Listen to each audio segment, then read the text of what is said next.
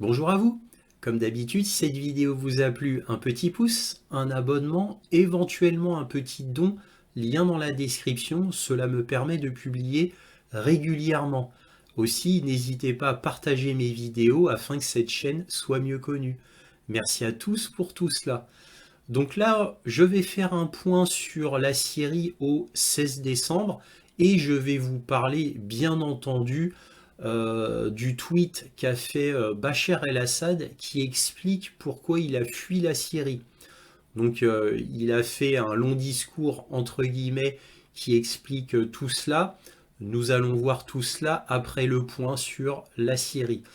Donc là, on a appris beaucoup de choses depuis mon dernier point sur la Syrie d'il y a quelques jours. Donc que sait-on? Alors tout d'abord, on va commencer par HTS, donc le groupe djihadiste donc, qui a maintenant pris le pouvoir en Syrie. Donc on a appris que HTS avait déjà pris langue il y a quelques jours avec la Russie et que HTS ne veut pas d'ennui avec la Russie et HTS va laisser tranquille complètement la Russie. Donc ça c'est intéressant à savoir.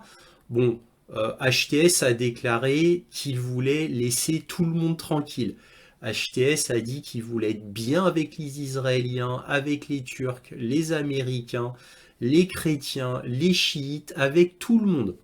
Là, HTS a déclaré qu'il aimait tout le monde. Toutes les, toutes les tendances, toutes les parties, il aimait tout le monde. Voilà. Alors, je force un petit peu le trait, mais en gros, c'est ça, hein.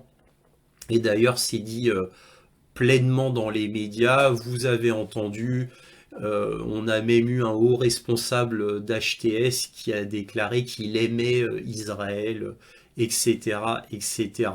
Bon, ça vire aussi un petit peu au grotesque parce que pour ceux qui connaissent HTS et tous les groupes gravitant autour d'HTS ainsi que la garde rapprochée de Jolani et la vie de Jolani qui connaît un petit peu sa biographie, évidemment, on se doute bien que c'est une énorme opération de communication et qu'il n'en pense pas un mot.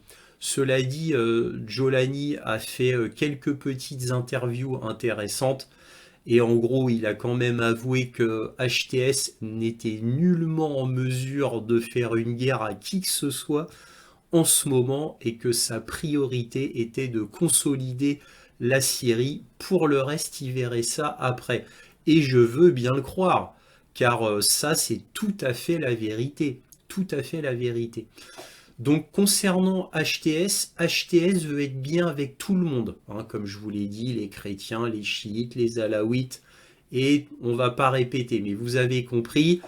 Donc voilà, il veut rapprocher tout le monde, faire une Syrie forte, voilà, qui se redresse tout du moins. Bon, voilà ce qu'on pouvait dire sur HTS d'intéressant. Alors quand même, il faut savoir, comme je vous l'ai dit précédemment dans une autre vidéo, que HTS est très lié avec la Turquie. Alors déjà, comme vous le savez tous maintenant et comme je l'avais dit dans ma précédente vidéo, vous saviez que la Turquie a préparé HTS à cette offensive. Donc la Turquie, principalement elle, l'a armée, financée, organisée. Voilà, ça c'est Erdogan. De plus, nous avons Erdogan qui a envoyé son chef du MIT. Alors le MIT, c'est l'équivalent de la CIA côté turc, hein, ça s'appelle comme ça, MIT. Et donc son chef, qui est Ibrahim Kalin, a été voir directement le chef d'HTS, c'est-à-dire Jolin, et accrochez-vous bien, Jolin a servi de chauffeur à Damas au chef du MIT, c'est-à-dire Ibrahim Kalin. Ibrahim Kalin, vous vous doutez bien qu'il a été voir Jolani, pas pour lui raconter la météo, hein. Donc certainement pour lui donner des ordres. Et Jolani qui va certainement devenir ou est déjà une marionnette entre les mains des Turcs. Tout du moins, c'est ce que les images laissent à penser. Parce que j'ai vu des petites vidéos de Jolani en train de conduire Ibrahim Kalin à Damas, bon, c'est quand même assez étonnant. On ne s'attend pas à un chef djihadiste du HTS aussi, on va dire, sympathique envers le chef du MIT. Voilà. Et la Turquie, bien sûr, a bénéficié d'un peu d'aide. Alors, il y a eu un peu de l'aide des Israéliens et un peu l'aide des Américains. Donc, ça s'est fait évidemment en accordance avec Israël et les Américains. Donc, les Turcs, n'oublions pas que les Turcs ont de bonnes relations, un peu chaotiques, mais dans le fond, ont de bonnes relations avec les Américains, surtout concernant la Syrie et l'Iran. Donc, vous voyez où je veux en venir. Donc, on va parler des Turcs là maintenant, puisque ça va être important. Donc, les Turcs se sont mis d'accord avec les Israéliens et les Américains pour faire cette opération. Israël et Washington ont dit d'accord, vas-y, fais, on te lâche la bride. Erdogan en a profité bien évidemment. Alors la petite anecdote, c'est que les Russes n'ont pas du tout été surpris en réalité de cette attaque d'HTS. Là où ils ont été surpris, les Russes, c'est le fait que l'armée syrienne se soit complètement effondrée devant leurs yeux. C'est surtout ça qui les a surpris. Bref, donc les Turcs ont fait cette attaque, et c'est eux-mêmes qui étaient derrière tout cela, qui ont monté le plan en réalité. Et les Turcs ont montré qu'ils avaient des vues pour carrément prendre le territoire nord de la Syrie. Et dans le dernier discours d'Erdogan à la nation, il a laissé entendre que bon, c'était d'anciens territoires ottomans quand même, et que bon, durant la Première Guerre mondiale, les Européens en ont bien profité, quoi, surtout les Anglais, hein, principalement, et les Français, et on fait quelques massacres de Turcs, que c'était turc, bon. Alors évidemment, traduction, hein, et connaissant Erdogan, c'est bon, vous avez compris, les territoires nord de la Syrie m'intéressent et j'aimerais bien les prendre. Voilà, fallait un petit peu comprendre cela. Et donc la Turquie a des vues bien évidemment sur la Syrie. Là, on a bien compris qu'il veut vraiment s'implanter. Par contre, les Turcs ont quand même pris langue avec la Russie, et les Turcs apparemment voudraient que les Russes gardent Latakia et Tartous, et ça va très bien aux Turcs. Les Turcs ont aussi ajouté officiellement qu'ils voulaient garder de très bonnes relations avec la Russie. Donc la Russie ne sera pas ennuyée avec les Turcs.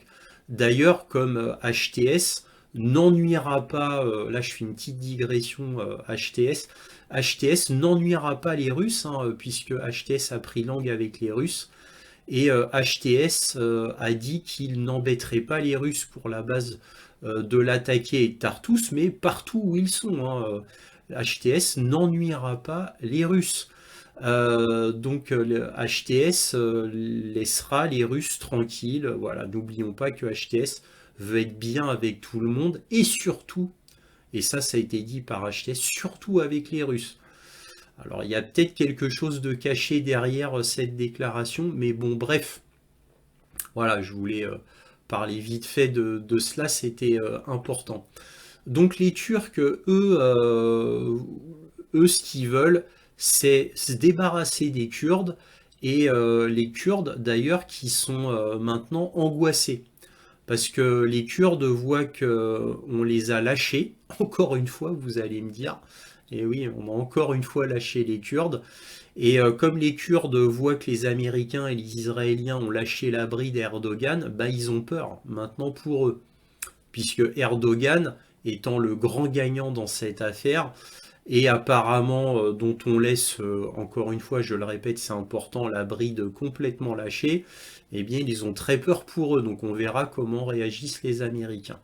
Alors maintenant les Israéliens, eux, ils prennent de plus en plus de territoire au Golan, et là, aux dernières nouvelles, les chars israéliens ne sont plus qu'à 40 km de Damas. Et ils ne cessent de grignoter du terrain. Jusqu'où vont-ils s'arrêter, j'ai envie de vous dire. Eh oui.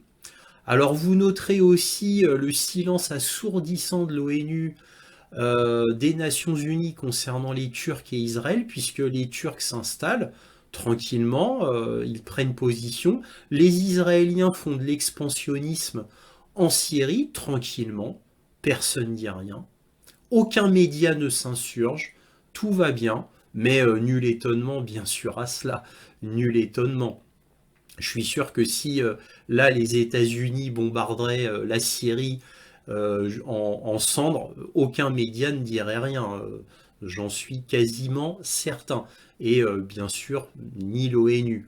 Ou peut-être que l'ONU dira oh, c'est pas bien, oh, ah, c'est vraiment pas bien. Mais de la même manière que l'ONU a dit c'est pas bien à Israël. Puisque maintenant l'ONU accuse Israël de génocide. Mais c'est tout. Voilà, ah, c'est pas bien, vous faites un génocide. Ce serait bien que vous ne le fassiez plus. Ah, mais bon, on dit ça comme ça en passant, hein, continuez, hein, surtout, ne vous dérangez pas, hein. C'est un petit peu ça, l'ONU, et les médias d'ailleurs. Bref, donc, ben, on a parlé des Américains, parlons des Américains. Donc là, les Américains, donc eux, bon, bah, ils attendent.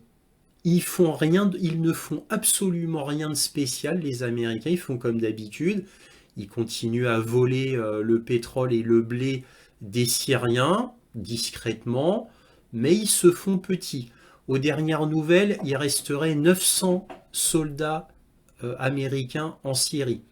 Et comme je vous l'ai déjà répété à plusieurs reprises, Trump a dit qu'il voulait se retirer de la Syrie. Alors évidemment, ce sera un séisme hein, pour les antagonistes de la Syrie quand les Américains partiront. Ça va être un séisme. Alors maintenant, les Israéliens, bah, avancent. Les Israéliens continuent à bombarder la Syrie, principalement les systèmes antiaériens, qui étaient puissants, hein. La Syrie avait une puissance militaire relativement importante en matériel, principalement russe. Et donc les Israéliens bombardent tout ce qu'ils peuvent. Alors, ils bombardent tout ce qu'ils peuvent, c'est aussi pour se protéger d'HTS. Au cas où les djihadistes tout d'un coup se tourneraient contre Israël, au moins ils seraient désarmés.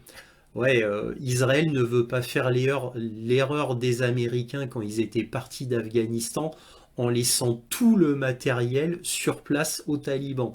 Voilà, ils veulent pas faire cette erreur-là.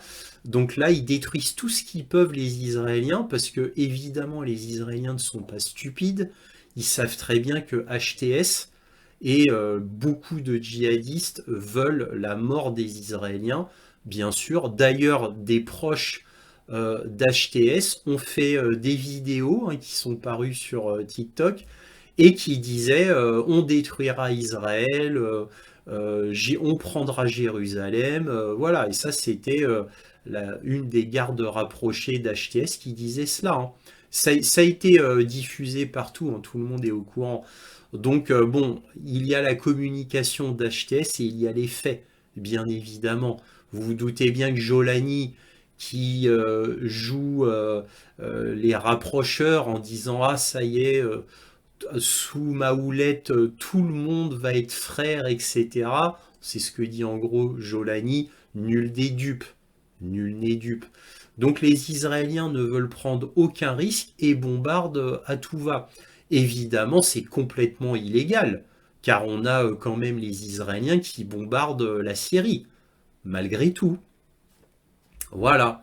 HTS ne dit rien parce qu'il ne peut rien dire. Les Américains ne disent rien, bien évidemment, ça parce que ça les arrange bien. Les Turcs aussi ne disent rien. Mais bon, les Russes, eux, ne sont pas contents. Alors, très vite, les Russes. Alors, les Russes, eux, ben, évidemment, ils ont connu une petite humiliation quand même. Mais au final, les Russes sont très contents. Alors je vous explique pourquoi. Bah oui, suite aux dernières nouvelles, maintenant on y voit beaucoup plus clair. Le cas russe est spécial. Parce qu'en gros, il y avait 40 000 soldats russes en Russie, pardon, en Syrie. Alors pour la petite anecdote, je ne savais pas qu'il y avait autant de soldats russes en Syrie. Je l'ai appris d'un haut responsable ukrainien. Eh oui, je l'ai appris d'un haut responsable ukrainien, voilà, qui a fait une interview dans un journal ukrainien. Et j'ai vu ça, j'ai été étonné. Je fais, il y a 40 000 soldats russes en Syrie, je ne pensais pas. Bon, bref, et donc ces soldats russes bah, commencent à tous partir de leur base poste d'observation et se dirigent vers Tartous, mais surtout sur la base militaire de Remenim, qui est à 25 km de l'Ataké. Et donc, qu'est-ce qu'on apprend concernant les Russes? Bah, il y a des Russes là qui retournent en Russie, mais il y en a qui restent à l'attaquer. Et concernant l'attaquer et Tartous, là, les Russes se réorganisent complètement. C'est ce que dit Reuters. Parce que d'après France 24 et Reuters, donc les Russes ont fait une déclaration et les Russes veulent garder l'attaquer et Tartous. Et HTS et la Turquie, comme je vous l'ai déjà dit, eux, ça leur va très bien comme ça. Voilà. Donc Israël ne dit rien, les Américains ne disent rien, mais ce qui compte pour les Russes, c'était HTS et la Turquie. Et donc les Russes vont garder leur base. Et donc les Russes sont très très contents au final. Enfin, j'exagère, très très contents, mais au final, tout se passe bien pour eux. Pourquoi? Bah parce que faut pas oublier que ce sont les Russes qui donnaient du pétrole et de la nourriture et du blé à la Syrie de manière gratuite. Donc en gros, c'est les Russes qui tenaient la Syrie à bout de bras.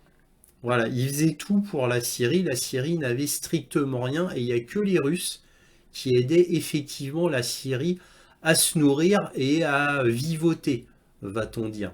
Et bien sûr à protéger le gouvernement de Bachar al-Assad. Donc là, les Russes n'ont plus à faire ça. Les Russes ont dit qu'ils arrêtaient l'aide à la Syrie et donc ils vont pouvoir se concentrer uniquement sur la Russie, bien sûr, et l'Ukraine. Sans compter tous ces milliers de soldats qui vont pouvoir renforcer l'armée russe qui était prise en Russie. Donc la Russie n'aura plus à gérer toute la logistique de la Syrie, la gestion des hommes, le fait qu'il donnait beaucoup de financement à la Syrie. Donc en gros, c'est des milliards de dollars qui vont être économisés à l'année. Et surtout, des dizaines de milliers d'hommes, je ne sais pas combien, vont être rapatriés en Russie. Bon, il y a des contingents qui resteront à l'attaquer et à Tartous, bien évidemment, d'après ce que l'on sait. On ne sait pas combien, bien sûr. Mais ce qui comptait pour la Russie, c'était Tartous et Remenim. Alors j'ai aussi appris que Remenim, c'est-à-dire ce qu'on appelle plus simplement l'attaquer, donc l'aérodrome militaire, en fait, n'était pas si importante que ça pour les Russes. En réalité, ce qui faisait surtout l'aide pour la Russie concernant l'Afrique, c'était les bases en Libye. Voilà, donc c'est surtout la Libye qui était importante. En fait, Remenim ne servait que pour remettre du kérosène dans les avions. Je grossis un peu le trait, mais en gros, c'était ça. Donc ça aussi, je ne le savais pas. Donc Remenim, cette fameuse aérodrome militaire russe, n'était pas si important pour les Russes. Mais bon, bien entendu, ça reste important. Bien entendu, c'est pour ça qu'ils veulent garder cette base, ainsi que Tartous. Donc tout est bon pour la Russie. La Russie va faire des économies absolument gigantesques, n'aura plus à se prendre la tête avec la politique de la Syrie, et va faire, outre des économies d'argent, des économies d'hommes qui n'auront plus à être dans ces bases et ces postes d'observation. Je rappelle qu'il y avait 21 bases militaires en Syrie russe et 96 postes d'observation russes en Syrie.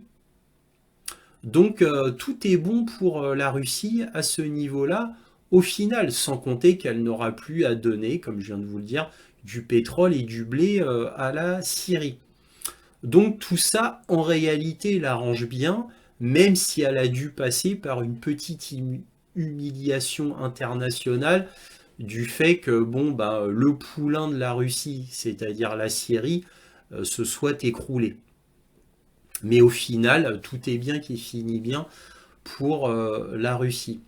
Donc voilà ce qu'on pouvait dire concernant les derniers points intéressants. Alors maintenant, on va passer à Bachar el-Assad. Donc Bachar el-Assad, on n'avait évidemment aucune information du pourquoi de sa fuite, comme un voleur. Et on avait pensé, moi le premier, que bon bah voilà, il avait fui du fait qu'il ne savait soit pas quoi faire, soit parce que il y avait la maladie de sa femme qui a eu un cancer du sein ainsi qu'une leucémie. Et donc c'était soit il savait plus quoi faire pour sa nation, soit il voulait s'occuper vraiment de sa femme qui est à Moscou. Toute sa famille a été mise en sécurité à Moscou. Il avait fait un aller-retour, il était parti à Moscou pour mettre sa famille à l'abri. Il était revenu à Damas pour gérer les dernières affaires. Ensuite, via l'attaquer, il était reparti à Moscou, comme vous le savez. Mais on ne savait pas pourquoi. Donc il y avait soit un abandon de Bachar el-Assad de la Syrie, soit du fait qu'il voulait s'occuper de sa famille et principalement de sa femme qui est gravement malade dû à son cancer, ou soit une autre raison mystérieuse inconnue. Bon, bref, maintenant on a l'information, si l'on en croit Bachar el-Assad. Donc son tweet a été mis pour la première fois vis-à-vis du public, à la vue du public par Sputnik International. Donc je vous montrerai le tweet en fin de vidéo, vous verrez toute la lettre de Bachar el-Assad qui est en anglais, hein. Je vais vous le laisser en fin de vidéo, vous pourrez la regarder à loisir. Mais en gros, qu'est-ce qu'il dit? Il dit qu'il n'a pas du tout abandonné la Syrie, qu'il s'est battu tout ce qu'il a pu jusqu'à la dernière minute pour la Syrie. Il était aux côtés de ses soldats, mais il a vu qu'il ne pouvait absolument rien faire. Il a vu aussi que ses soldats, ont quand même lâché prise, pour parler gentiment, pour ne pas dire abandonné.